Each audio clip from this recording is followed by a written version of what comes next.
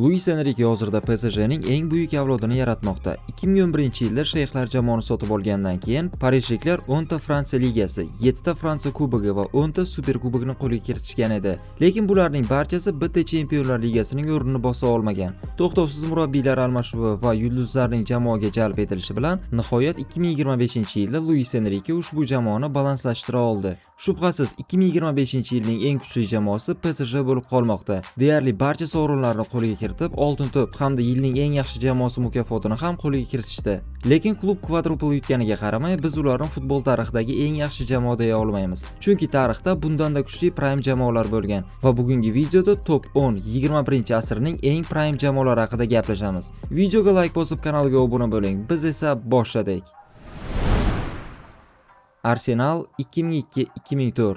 10-o'rinda Arsenal 2002-2004. Menimcha bu yillar Arsene Wengerning Londondagi eng zo'r yillari bo'lib qolgan. Jamoa ushbu yillarda 2 marta Premier Ligani qo'lga kiritadi. Hattoki 2004-yilda Arsenal birorta ham mag'lubiyatga uchramasdan Angliya Premier Ligasi chempioniga aylangan. Jamoaning asosiy qurollaridan biri bu hujumda Thierry Henry hamda Dennis Bergkamp hamda Arsene Wengerning hujumkor o'yinchisi bo'lgan. Wenger ushbu jamoa bilan har qanday g'oyalarni amalga oshirib, o'sha yillarning top murabbiyiga aylanadi. Arsenalni rostdan ham o'sha davrning eng zo'r klubi bo'lishi uchun faqatgina Chempionlar Ligasidagi g'alaba ajratib turgandi va 2006-yilda jamoa finalgacha yetib boradi. Lekin u yerda Wenger jamoasini o'sha davrlarda pik formada to'p surgan Ronaldinho kutib turgandi. Yutqazilgan finaldan keyin asta-sekin jamoa pasayishni boshlagan.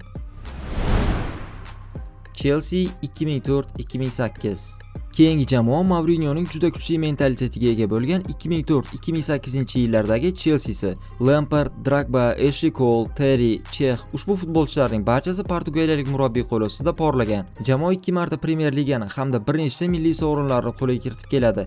Lekin Chempionlar Ligasida umuman omadi yurishmagan. 2 marta yarim final hamda 2008-yilda Manchester Unitedga qarshi finalgacha yetib borishadi. Lekin o'sha kun Sir Alex Ferguson jamoasi shunchaki kuchliroq edi. Ushbu jamoa Chelsea tarixidagi eng kuchli jamoa bo'lib qolmoqda. To'g'ri, keyinchalik 2012-yilda Chelsea Chempionlar Ligasini va 2013-yilda Yevropa Ligasini qo'lga kiritadi. Lekin baribir 2012-yildagi Chelsea boshqa top klublar uchun qo'rquv tug'dirmagan. Londonliklarning pasayishini 2012-yilda Chempionlar Ligasida g'alaba qozonib, kelasi yil Yevropa Ligasiga tushib ketganini aniqlashingiz mumkin. Liverpool 2018-2020. Jurgen Kloppning 2018-2020-yillardagi Liverpooli 8-o'rinda. O'sha davrlarda klub gegenpressingni rivojlantirib, Liverpoolning asosiy quroliga aylantira olgan. 2 yil Chempionlar Ligasi finali, bitta Premier Liga bilan futbolchilar Liverpool tarixida o'chmas iz qoldirishadi. Van Dijk, Robertson, Trent Alexander-Arnold, Henderson, Fabinho va asosiy hujum uchligi Firmino, Mane va Salah. Jamoa 2019-yilda deyarli treble-ni qayd etishgan. Faqatgina Premier Ligada Manchester Citydan 1 ochko ortda qolib ketishadi. Lekin Chempionlar Ligasi play-off bosqichida Bavariya hamda Barselonani to'xtatib, finalda Tottenhamni ham yutishgan. O'sha davrdagi Liverpoolga qarshi ko'pchilik murabbiylar qanday o'ynashni bilmagan. To'xtovsiz gegenpressing, futbolchilar bir-birining o'rnini tez to'ldirishi va kuchli hujum chizig'i sabab Liverpool ushbu natijalarga erishadi. 2020-yilda esa Guardiolaning City'siga umuman imkon qoldirmasdan Premier Ligani qo'lga kiritishgan. 99 ochko bilan Manchester City'dan naqd 18 ochko oldinda. Dunyoning eng kuchli ligasida bunday farq bilan kubokni qo'lga kiritish imkonsiz. Faqat Liverpool uchun emas. Milan 2003-2007. 7-o'rinda 2003-2007-yillardagi Carlo Ancelotti qo'l ostidagi Milan. Jamoa ushbu yillar davomida 2 marta Chempionlar Ligasini qo'lga kiritib, yana 1 marta finalgacha yetib borishadi. Nesta, Maldini, Cafu, Gattuso, Inzaghi, Kaka, Seedorf, Pirlo hamda Shevchenko Ancelottining asosiy quroli hamda raqib jamoaning muammosi bo'lib kelgan. Ayniqsa ukrainalik Andrey Shevchenko o'sha yillarda Milanning asosiy hujumchisi bo'lgan va 2004-yilda oltin to'pni ham qo'lga kiritadi. 2005-yilda Milan Chempionlar Ligasi finaliga Liverpool bilan chiqadi va birinchi taymgacha jamoa 3-0 hisobda g'alaba qozonib, deyarli kubokni qo'lga kiritgan edi. Lekin ikkinchi taymdagi Liverpoolning super kambagi hamda penaltilar seriyasidagi omadsizlik Liverpoolni chempionga aylantiradi. Oradan 2 yil o'tib, ushbu klublar yana bir bor Chempionlar Ligasi finalda to'qnash kelishgan. Lekin bu safar Inzaghining 2 ta goli Milanga 7-bor Chempionlar Ligasi sovrinini taqdim etadi va aynan o'sha yillardan boshlab Milanning oltin davri so'nishni boshlagan. Manchester United 2007-2011. Sir Alex Fergusonning Manchester United 6-o'rinda. Juda kuchli himoya hamda balandlashtirilgan hujum va yarim himoyadan tashkil topgan ushbu jamoa raqiblarning qo'rqinchli tushi edi. Ronaldo, Evra, Rooney, Van Nistelrooy, Rio Ferdinand, Vidic, Van der Sar, Giggs va Scholeslar bilan jamoa 4 yil davomida 11 ta sovrinni qo'lga kiritib, 3 marta Chempionlar Ligasi finaligacha yetib borishadi. Lekin faqatgina bittasi omadli yakunlangan. 2009-yilda esa jamoa treble qilishiga bir qadam qoladi. Lekin o'sha paytdagi yosh Guardiola finalda Ferguson jamoasini zararlashtira olgan. Kelasi yil esa Ronaldo ham Manchesterni tark etadi, lekin baribir United dunyoning top jamoasi sifatida qolgan va 2011-yilda yana bir bor Chempionlar Ligasi finaligacha yetib borishadi va yana Barselonaga yutqazishadi. Oradan 2 yil o'tib esa Ferguson Unitedni tark etgan va aynan o'shandan beri afsuski jamoa eski formasiga yaqin ham kela olmayapti. Inter 2009-2010.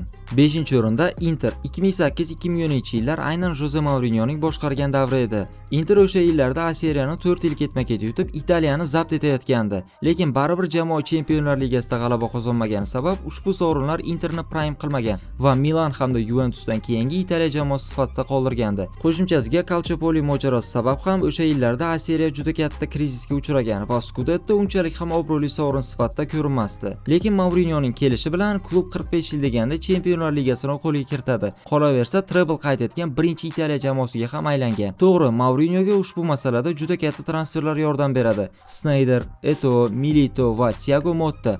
Lekin baribir Mourinho vazifani uddaladi. Yarim finalda esa o'sha davrning eng kuchli jamoasi Barselonani to'xtatib, finalda Bavariyani mag'lub qilishgan. Aynan Mourinho Realga ketgandan keyin jamoaga Rafael Benitez keladi va Interning o'sha oltin davri yakunlanadi. Manchester City 2021-2024.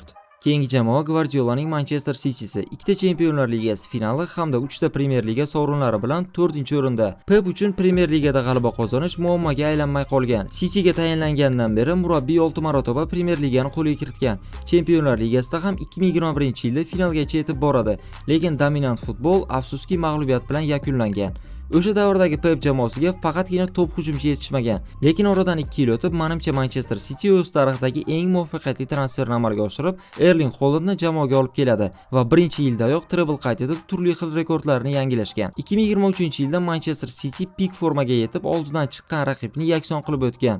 Yarim finalda Real Madridni 4-0, chorak finalda Bavariyani 3-0 va 1-16 finalda Leipzigni umumiy 8-1 hisobda mag'lub qilib, finalga yo'l olishadi. Finalda Interni yutib, City tarixidagi birinchi Chempionlar Ligasi sovrinini qo'lga kiritishgan. Bavariya 2012-2013. 3-o'rinda Jupp Heynckes va uning juda dominant Bavariya jamoasi aynan 2011-2013-yillar uchun. Bavariya 2012-yilda Chempionlar Ligasi finaligacha yetib boradi. Yarim finalda Jose Mourinhoning Real Madridni turnirdan chiqarib yuborib, finalda esa Chelseaga qarshi o'ynashadi. Lekin omadsiz o'tgan uchrashuvda Bavariya o'z stadionida o'z muxlislari ko'z oldida Chelseaga kubokni boy bergan. Final to'laqonli Bavariyaning dominatsiyasida o'tadi. Shunchaki zarbalar farqiga e'tibor bering. 35 ga 9, deyarli 4 karra ustunlik. Burchak zarbalari esa 20 ga 1. Ushbu statistikadan bilib olishingiz mumkin. Ushbu mag'lubiyat muxlislar va futbolchilar uchun qanchalik alamli bo'lganini. Lekin kelasi yil Bavariya baribir Chempionlar Ligasini qo'lga kiritadi. Undan tashqari Bundesliga hamda Germaniya kubogida g'alaba qozonib, treble-ni ham qayd etishgan. Yil so'ngigacha esa yana 2 ta kubokni yutib, bir kalendar yilida 6 ta sovrinni qo'lga kiritgan ikkinchi jamoaga aylanishadi. Real Madrid 2016-2018. Ikkinchi o'rinda Zidanening 2016-2018-yillardagi Real Madridi 3 ta ketma-ket Chempionlar Ligasi va umumiy 10 ta sovrin bilan ikkinchi o'rinni egallashmoqda. Hozirgi zamonaviy futbolda Chempionlar Ligasini 2 yil ketma-ket yutish bu deyarli imkonsiz. Real esa buni 3 yil ketma-ket amalga oshiradi. Ramos, Pepe, Varane, Marcelo, Modric, Kroos, Benzema, Casemiro, Bale va Ronaldolar o'sha davrda Chempionlar Ligasida hukmronlik qilishgan. Ayniqsa Cristiano Ronaldo ushbu yillarda 2 ta oltin to'pni qo'lga kiritib, Chempionlar Ligasidagi rekordni yangilab kelgan. Ushbu jamoa uzoq yillar davomida quriladi. Birma-bir Ramos, Benzema, Modric va Ronaldoning transferlari bilan. Lekin aynan 2016-yildan 2018-yilgacha klub juda balandlashtirilgan va garmoniya ustida to'p surardi. Zinedine Zidane esa murabbiylik faoliyatini endi boshlab 3 yil ketma-ket Chempionlar Ligasini qo'lga kiritadi. Afsuski 2018-yilgi Kiyevdagi finaldan keyin Zidane ham Ronaldo ham jamoani tark etib, ushbu oltin davrini yakunlashgan. Barselona 2009-2011.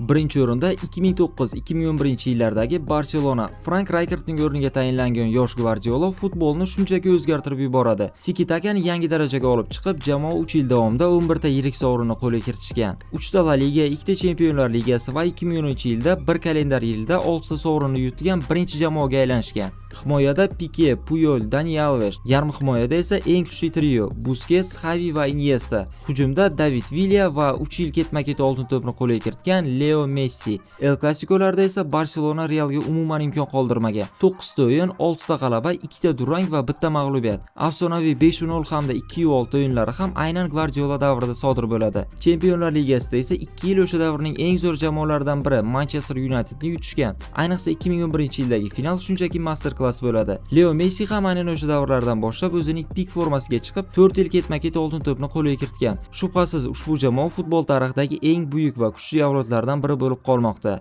21-asrning top 10 jamoasi aynan shular edi. Izohlarda qaysi jamoa sizning fikringizcha eng kuchlisi edi va negaligini yozib qoldiring. Video yoqqan bo'lsa like bosing va kanalga obuna bo'ling. Kelasi videolarda ko'rishguncha o'zingizni asrang.